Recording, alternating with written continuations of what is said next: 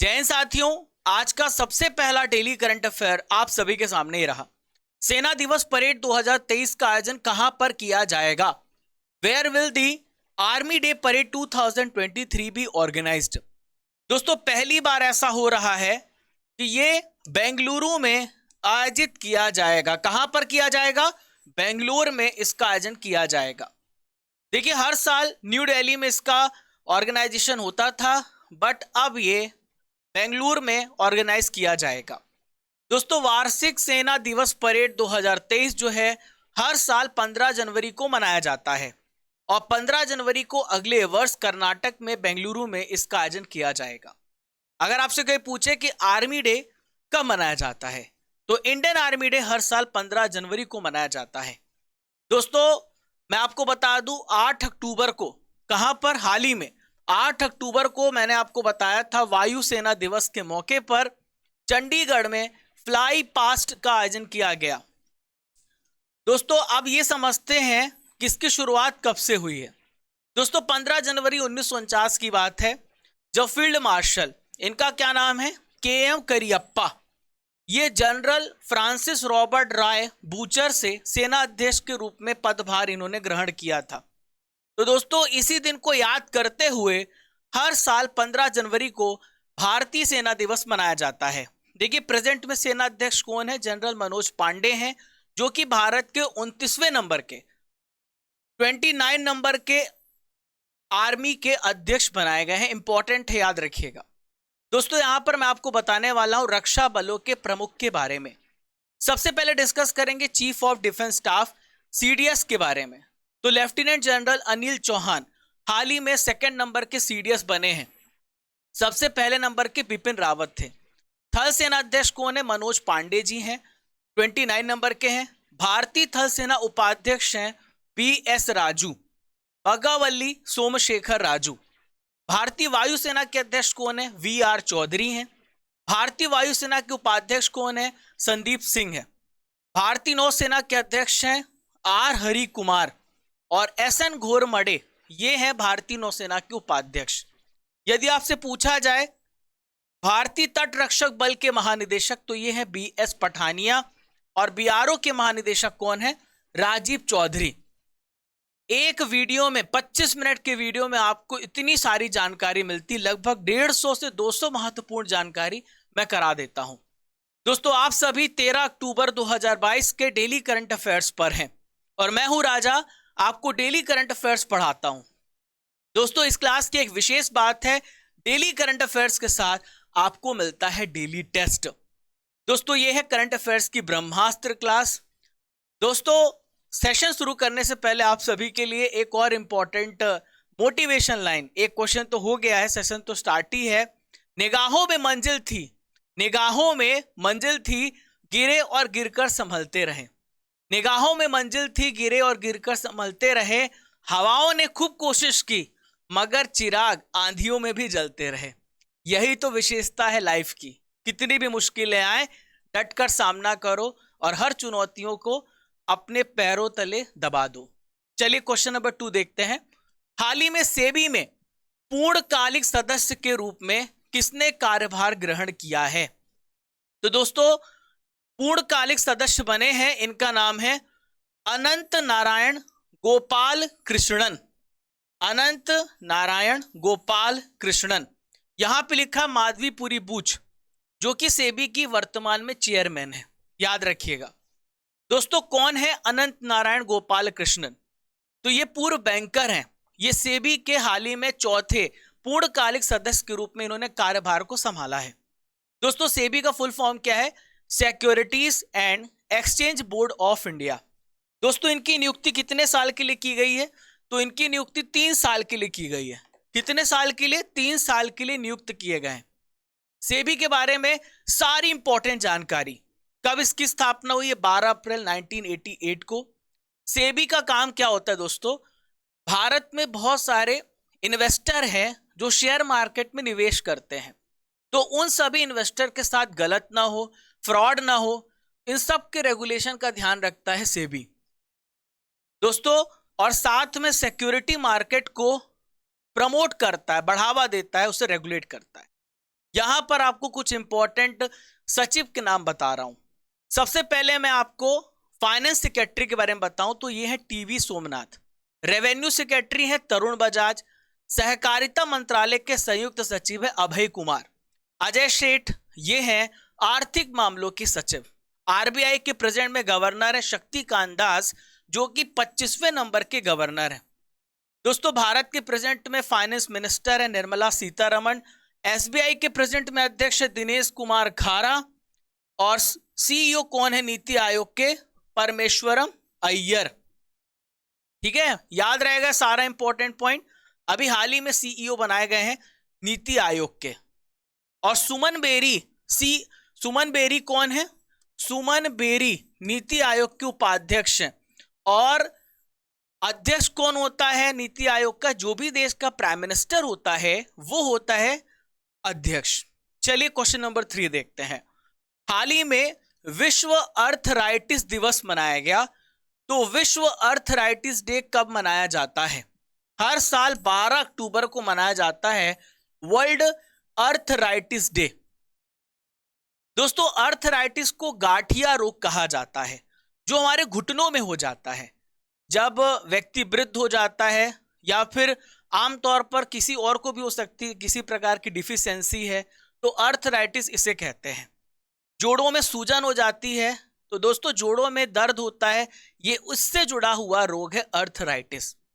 65 साल से जो अधिक उम्र के एडल्ट हो जाते हैं उनमें ये पाया जाता है, लेकिन अभी देखिए बच्चों में भी हो सकता है, किशोरों में भी हो सकता है, युवा वयस्कों में भी हो सकता है।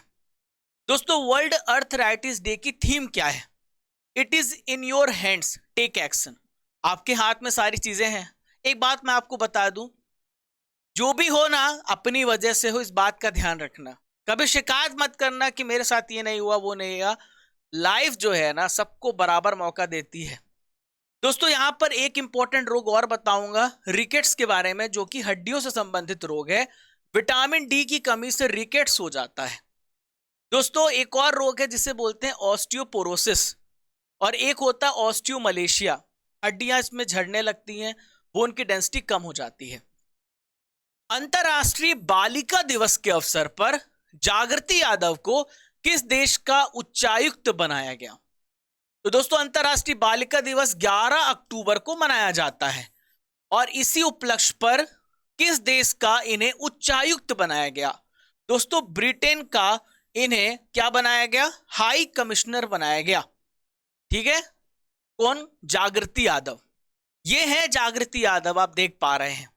11 अक्टूबर को मनाया जाता है दोस्तों, और इस अवसर पर जो भी प्रतियोगिता जीतता है, यहां पे कंपटीशन होता है, तो महिला सशक्तिकरण को बढ़ावा देने के लिए लखनऊ की 20 वर्षीय जागृति यादव को एक दिन के लिए भारत में ब्रिटिश हाई कमिश्नर के सर्वोच्च पद पर नियुक्त किया गया।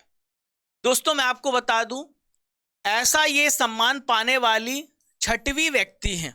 2017 से हर साल इस प्रकार से सम्मानित किया जाता है।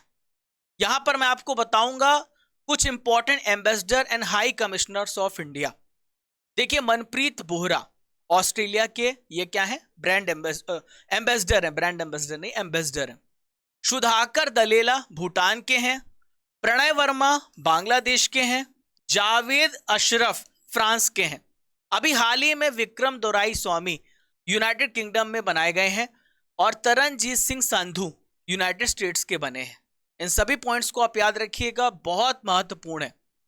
देखिए पीडीएफ आपको मिल जाता है, मुझे पता है फ्री में पीडीएफ आपको मिलता है टेलीग्राम पर, रूट पर आपको सारे नोट्स बनाने चाहिए। इससे फायदा क्या होगा? आपके दिमाग में छेद करके सारी पॉइंट्स घुस जाएंगी। चलिए, राष्ट्रीय मानव अधिकार आयोग, national human rights commission NHRC का स्थापना दिवस कब मनाया गया? When is Foundation Day of National Human Rights Commission celebrated? तो 12 अक्टूबर को मनाया गया ह्यूमन राइट्स कमीशन डे। ठीक है, कब मनाया गया? 12 अक्टूबर को मनाया गया। दोस्तों 12 अक्टूबर को NHRC का 30वां स्थापना दिवस मनाया गया। कहां मनाया गया? नई दिल्ली में मनाया गया। दोस्तों प्रेजेंट में भारत के वाइस प्रेसिडेंट कौन है? तो इनका नाम है जगदीप धनखड़। किस नंबर के वाइस प्रेसिडेंट हैं? 14 नंबर के वाइस प्रेसिडेंट बने हैं। ठीक है, एम वेंकैया नायडू की जगह इन्होंने ली है। तो दोस्तों नई दिल्ली में समारोह में संबोधित किया इन्होंने और नेशनल ह्यूमन राइट्स कमीशन के बारे में अब मैं आपको सारी महत्वपूर्ण बातें बताने वाला हूं। दोस्तों एक एक चीज मैं जोड़ता हूं हर क्वेश्चन के साथ। देखिए, राष्ट्रीय मानवाधिकार आयोग की स्थापना कब हुई? 12 अक्टूबर 1993 को हुई। इसका हेडक्वार्टर कहां पर है? नई दिल्ली में है।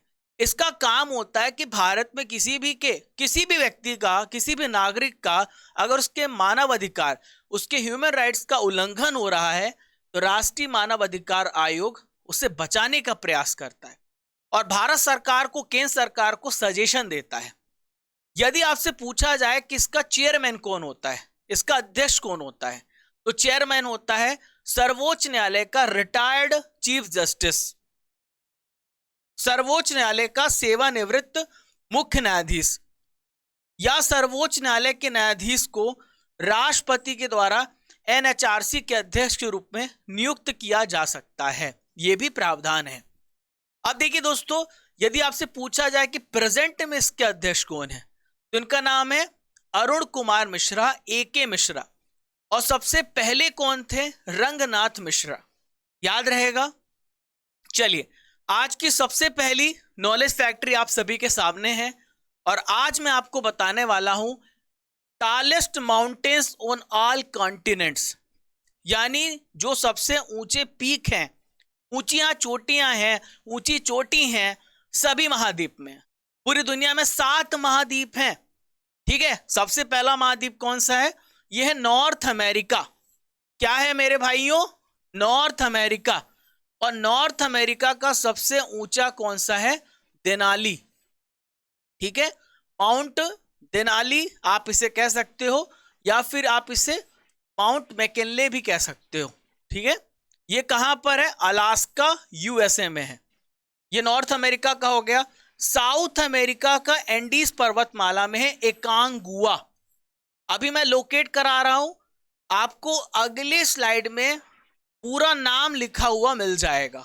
ठीक है, देखिए यूरोप में है माउंट एल्ब्रुस। यूरोप में कहां पर है? माउंट एल्ब्रुस है। अफ्रीका का है किलिमंजारो। 4 महाद्वीप हो गए। एशिया का है दुनिया का सबसे ऊंचा पीक है माउंट एवरेस्ट, 8,850 मीटर। एशिया में, नेपाल में है। कहां पर है? नेपाल में है। अंटार्कटिका का है विंसन मैसिफ। ठीक है, अंटार्कटिका का विंसन मैसिफ है। और ऑस्ट्रेलिया का क्या है? ऑस्ट्रेलिया का आप इस प्रकार से देखें, कोसियास्को। कोसियास्को ऑस्ट्रेलिया का क्या है? कोसियास्को है। इसका मैंने पूरा डिटेल में डिस्क्रिप्शन दिया है। यहां पर मैंने पहले लोकेट कराया है, अब यहां पर आपको पूरे नाम दिख जाएंगे। माउंट एवरेस्ट एशिया महाद्वीप में है, नेपाल में है। माउंट एल्ब्रुस या फिर माउंट ब्लैंक भी बोलते हैं, यूरोप महाद्वीप में है। माउंट किलिमंजारो अफ्रीका में है, तंजानिया में। माउंट मैकिनले या फिर डेनेले नॉर्थ अमेरिका के अलास्का में है। माउंट एकांगुआ साउथ अमेरिका में, अर्जेंटीना में है। माउंट कोसियास्को ऑस्ट्रेलिया में है, न्यू साउथ वेल्स ऑस्ट्रेलिया में। और विंसन मैसिफ है अंटार्कटिका महाद्वीप में। क्वेश्चन नंबर 6, हाल ही में टीपू एक्सप्रेस का नाम बदलकर रेल मंत्रालय ने क्या कर दिया है? What has the railway ministry changed the name of Tipu express? तो दोस्तों टीपू एक्सप्रेस का नाम बदलकर वोडेयार एक्सप्रेस कर दिया है। दोस्तों टीपू कौन है? टीपू सुल्तान, आपने नाम सुना होगा।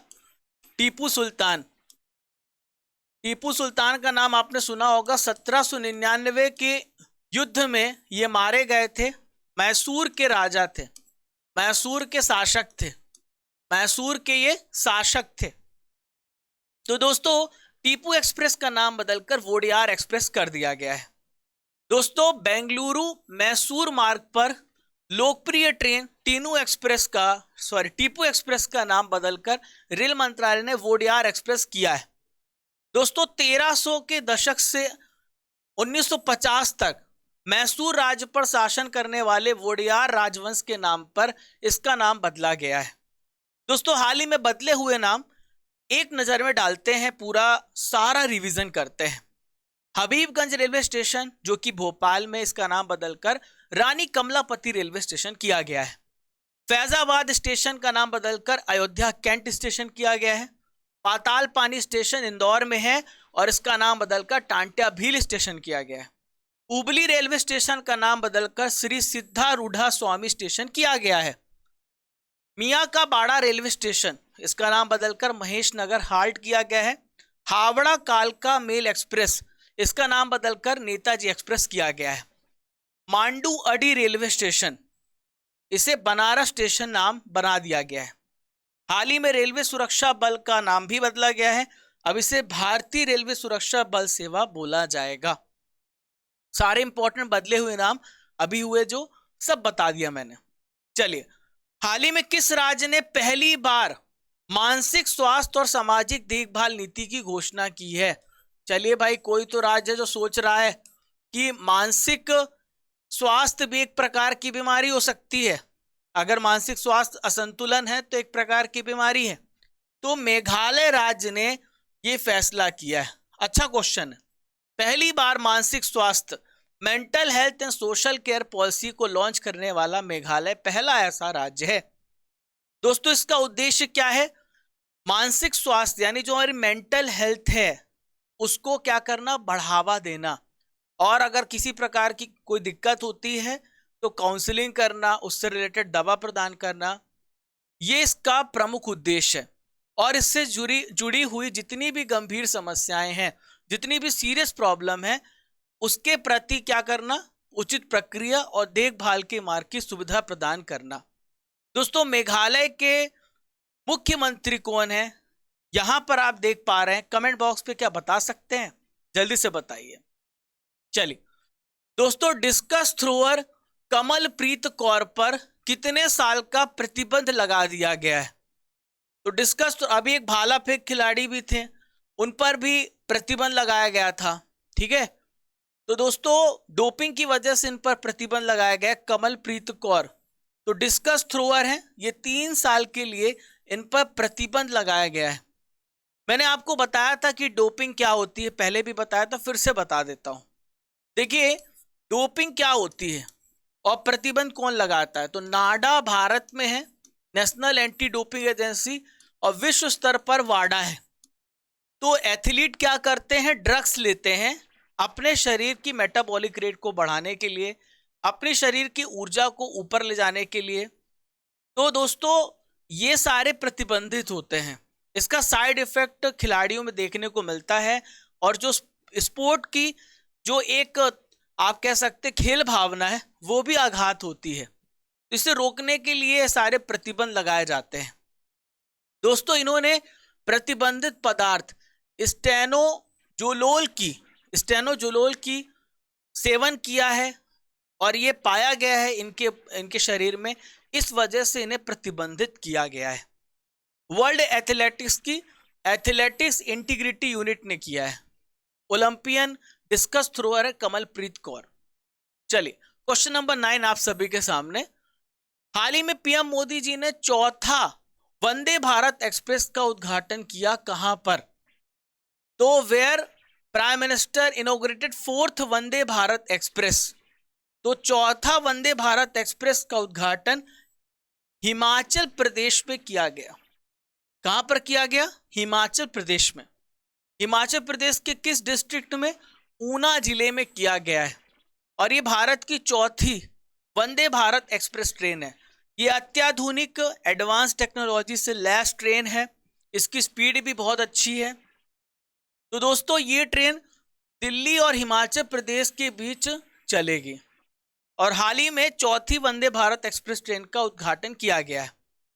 दोस्तों, मैं आपको बता दूं, सबसे पहली वंदे भारत एक्सप्रेस 2019 को प्रधानमंत्री जी के द्वारा शुरू की गई थी, और सबसे पहला रूट था इसका बनारस से दिल्ली के बीच में। दोस्तों, वंदे भारत एक्सप्रेस ट्रेनों को भारत के मेक इन इंडिया कार्यक्रम के तहत तैयार किया जा रहा है।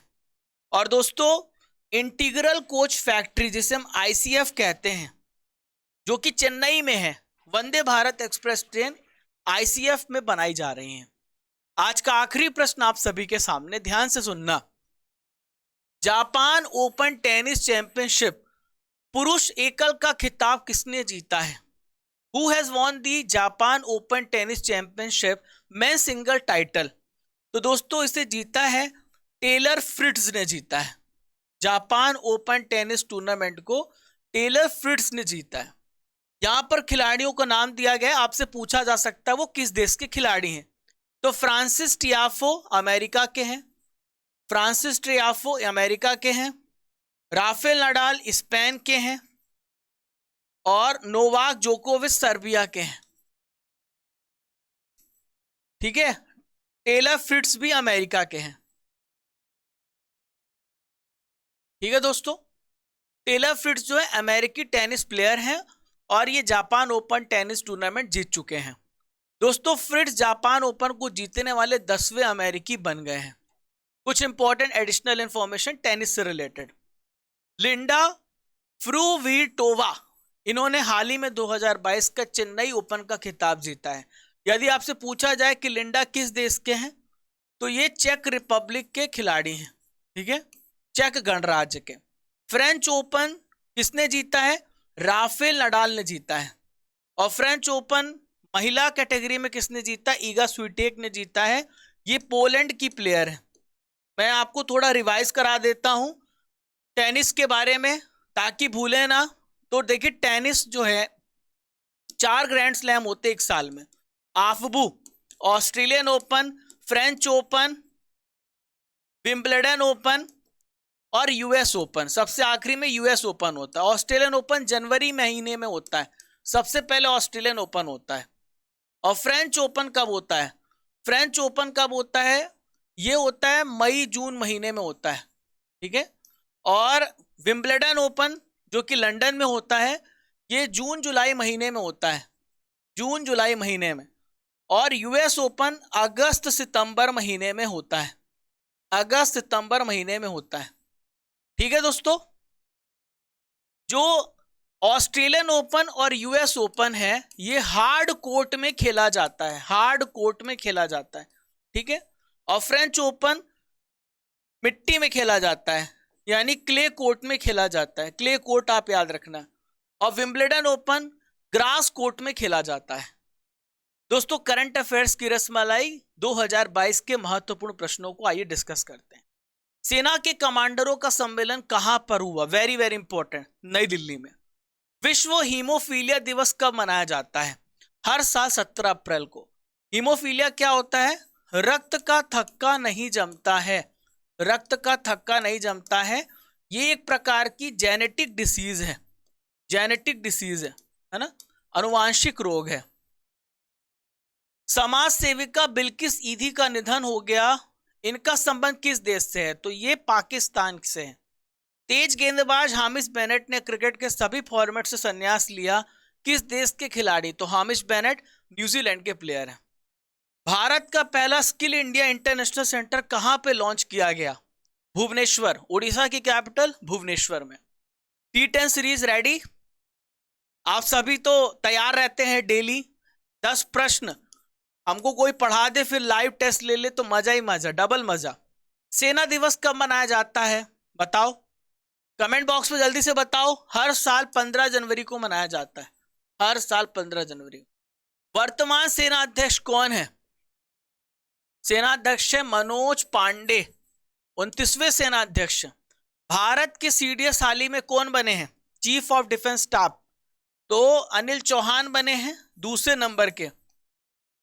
सेबी की स्थापना कब की गई? 1988, 89, 1991? जल्दी से कमेंट बॉक्स में बताइए। 1988 में की गई। वर्तमान में वित्त सचिव कौन है? टीवी सोमनाथ, तरुण बजाज, अभय कुमार, अजय सेठ। तो फाइनेंस सेक्रेटरी हैं टीवी सोमनाथ। रिकेट्स किस विटामिन की कमी से होने वाला डिसीज है? दोस्तों विटामिन डी की कमी से रिकेट्स हो जाता है। राष्ट्रीय मानव अधिकार आयोग की स्थापना कब की गई? 93, 92, 91, 95? 1993 में इसकी स्थापना की गई। पहले रंगनाथ मिश्रा राष्ट्रीय मानव अधिकार आयोग के अध्यक्ष थे। माउंट किलिमंजारो किस महाद्वीप में है? Australia, Europe, Africa, Asia? ये अफ्रीका महाद्वीप में है, किलिमंजारो तंजानिया में है। रानी कमलापति रेलवे स्टेशन किस स्टेशन का नया नाम है? तो रानी कमलापति जो रेलवे स्टेशन है, पहले इसका नाम हबीबगंज था। कॉनरेड संगमा किस राज्य के चीफ मिनिस्टर हैं? असम, मेघालय, त्रिपुरा, नागालैंड। तो कॉनरेड संगमा मेघालय राज्य के चीफ मिनिस्टर हैं। जल्दी से बताओ 10 में 10 आया कि नहीं, बताओ जल्दी से। 12 अक्टूबर के महत्वपूर्ण प्रश्नों का रिवीजन। भारत के 50वें सीजीआई कौन होंगे? कल पढ़ाया था, डी.वाई. चंद्रचूड़। ठीक है, भारत के 50वें सीजीआई होंगे। प्रेजेंट में भी यूयू ललित हैं। 8 नवंबर को यूयू ललित रिटायर हो जाएंगे, 9 नवंबर से पदभार संभालेंगे, 2 साल के लिए सीजीआई बनेंगे। राजस्थान के मुख्य न्यायाधीश के रूप में हाल ही में किसे नियुक्त किया गया है? कल पढ़ाया था, कमेंट बॉक्स में बताओ। पंकज मित्तल। 2024 तक कौन सा देश दुनिया का सबसे बड़ा ऑनलाइन खरीदार देश बन जाएगा? तो भारत बनेगा, पढ़ाया था। पीएम मोदी ने किस राज्य में महाकाल लोक का उद्घाटन किया है? महाकाल लोक का उद्घाटन एमपी में हुआ है, उज्जैन में हुआ है। अंतर्राष्ट्रीय बालिका दिवस कब मनाया गया? हर साल 11 अक्टूबर को मनाया जाता है। 13 फरवरी को क्या मनाया जाता है? राष्ट्रीय महिला दिवस मनाया जाता है। अंतर्राष्ट्रीय महिला दिवस 8, कमेंट बॉक्स में बताओ, 8 स्लैश कर दिया मैंने। गृह मंत्री अमित शाह ने किस राज्य में जयप्रकाश नारायण की प्रतिमा का अनावरण किया है? कहां पर किया? बिहार में। फीफा अंडर 17 महिला विश्व कप 2022 किस देश में शुरू हुआ है? भारत में शुरू हुआ है। सतत पर्वतीय विकास शिखर सम्मेलन 11 का उद्घाटन कहां पर किया गया? लेह लद्दाख में किया गया। महिलाओं की श्रेणी में सितंबर 2022 के लिए ICC player of the month पुरस्कार किसने जीता है? हरमनप्रीत कौर। कौन जल्दी अंतरिक्ष में शूट करने वाले पहले अभिनेता होंगे? कमेंट बॉक्स में बताइए। टॉम क्रूज होंगे। कौन होंगे? Tom cruise. आज का सवाल दोस्तों, फैजाबाद स्टेशन का नया नाम क्या हो गया है? कमेंट बॉक्स पे बताइए। अगर आपको सच में हमारी मेहनत सच में पसंद आ रही है, 25 से 30 मिनट में आपको धुआं धुआं कर देने वाली क्लास हम देते हैं। पहले इस्तेमाल करें, फिर विश्वास करें। If you really love this class, try to share to everyone, because we want to increase the member of this family. और बहुत अच्छा आप लोगों ने प्यार दिया, बहुत वो सब मुझे दिखता है। मैं बहुत सारे बच्चों का कमेंट पढ़ता रहता हूँ और मैं बोलता हूँ रिप्लाई करूँगा, बट कोशिश करता हूँ कि रिप्लाई करूँगा। इतना काम होता है कि भूल जाता हूँ, बट कोशिश कमेंट तो पढ़ ही लेता हूँ। डेली करंट अफेयर्स की पीडीएफ आपको टेलीग्राम पर मिल जाएगी और रूट एप्लीकेशन पर भी मिल जाएगी। जहां आपको अच्छा लगे वहां से डाउनलोड कर लो। रूट एप्लीकेशन को ओपन करोगे, वहां पे स्टडी मटेरियल और फ्री टेस्ट मिल जाएगा। दोस्तों, साइंस का बैच अभी रूट एप्लीकेशन पे लाइव है। आज से मैं केमिस्ट्री भी पढ़ा रहा हूं। दोस्तों, फॉलो कर सकते हैं आप मुझे, इतने सारे प्लेटफॉर्म है, आप यहाँ पर कहीं भी। और पहली बार आ रहे हैं तो सब्सक्राइब जरूर करिएगा, तभी आपको डेली करंट अफेयर्स का नोटिफिकेशन मिलेगा। लाल वाली बटन, एक घंटी वाला बटन, उसको भी दबा दीजिए। तो ऐसे ही आप लोग अपना सपोर्ट, अपना प्यार बनाए रखिए और हम लोग बहुत अच्छा करेंगे साथ मिलकर के, एक पुश करेंगे एक दूसरे को, बिकॉज वी आर फैमिली। मिलते हैं कल फिर इसी ऊर्जा, इसी जोश, इसी उमंग के साथ। तब तक के लिए जय हिंद, जय भारत।